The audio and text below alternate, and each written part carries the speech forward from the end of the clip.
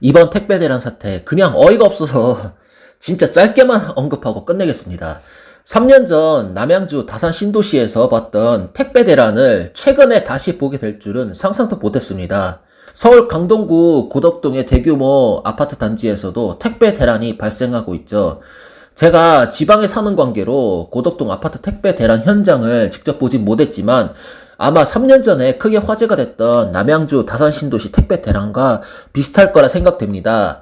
3년 전에 직접 봤었던 남양주 다산 신도시 택배 대란, 그리고 뉴스에서 이슈되고 있는 고덕동 택배 대란 발생한 공통 원인이 있는데요.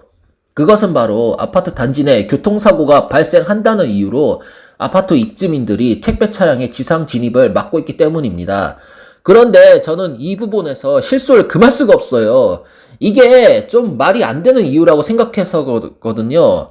입주민, 특히 아이들의 안전 때문에 지상에 택배차들을 출입 통제시켰다고 하는데요. 그런데 말입니다.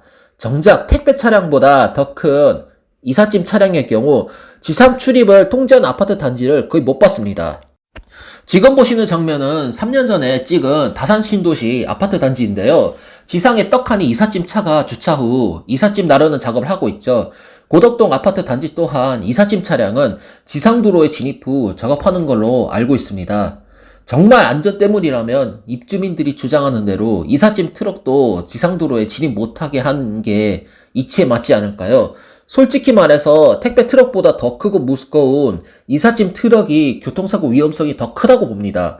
그리고 최근 지어진 아파트들이 교통사고를 이유로 주차장을 대부분 지하에 설계하고 있는데요. 지하라고 해서 교통사고가 안 일어난다는 보장은 없습니다. 한문철TV 등 교통사고 전문으로 다루는 채널 잘 찾아보면 지하주차장에도 교통사고가 발생하며 어린이들이 지하주차장에서 놀다가 차에 치이는 등의 교통사고가 영상들이 있더군요. 지상에 차가 단 한 대도 없고 지하에만 차들이 다닌다고 해서 교통사고가 전혀 안 일어난다는 보장은 없습니다. 제 생각에는요. 교통사고를 없는 아파트 단지를 원한다면 아파트 단지에 아예 주차장을 없애버리거나 입주민들이 자동차를 단 한 대도 소유하지 않고 거주하면 됩니다. 솔직히 아파트 단지 내 교통사고들 사례 보면 택배 차량보다는 아파트 입주민들의 차량과 보행자 간의 교통사고가 난 경우가 훨씬 더 많더군요. 교통사고 발생 이후로 택배차의 지상 진입을 막는 건 그냥 핑계예요. 제가 볼 때는 말이죠. 택배차 지상도로 진입을 막는 입주민들의 논리대로라면 아파트에 화재가 났다간 응급 환자가 발생한 상황에서도 소방차와 구급차는 아파트 단지에 진입하면 안 되겠죠. 아파트에 화재가 발생해도 헬기로 물을 뿌리거나 아파트 단지 밖에서 물을 뿌려서 화재에 진압할 수밖에 없고, 이마저도 힘들면 아파트 한 동 콜라달 다 타버릴 때까지 구경만 하는 게 맞는 거겠죠. 하도 답답해서 짧게나마 저의 주장을 담은 영상을 만들어 봤습니다. 제가 볼 때 해결책은 하나뿐입니다.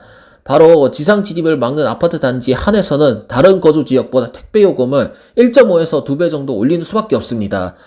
내가 무언가 더 많은 이익과 특혜를 얻기를 원한다면 타인에게 그만큼 더 많은 보상과 지급을 해줘야 하는 등가 교환의 법칙이 삶의 기본이라고 생각합니다.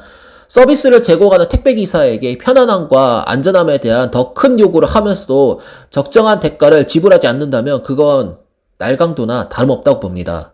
이번 영상은 여기서 마치겠습니다.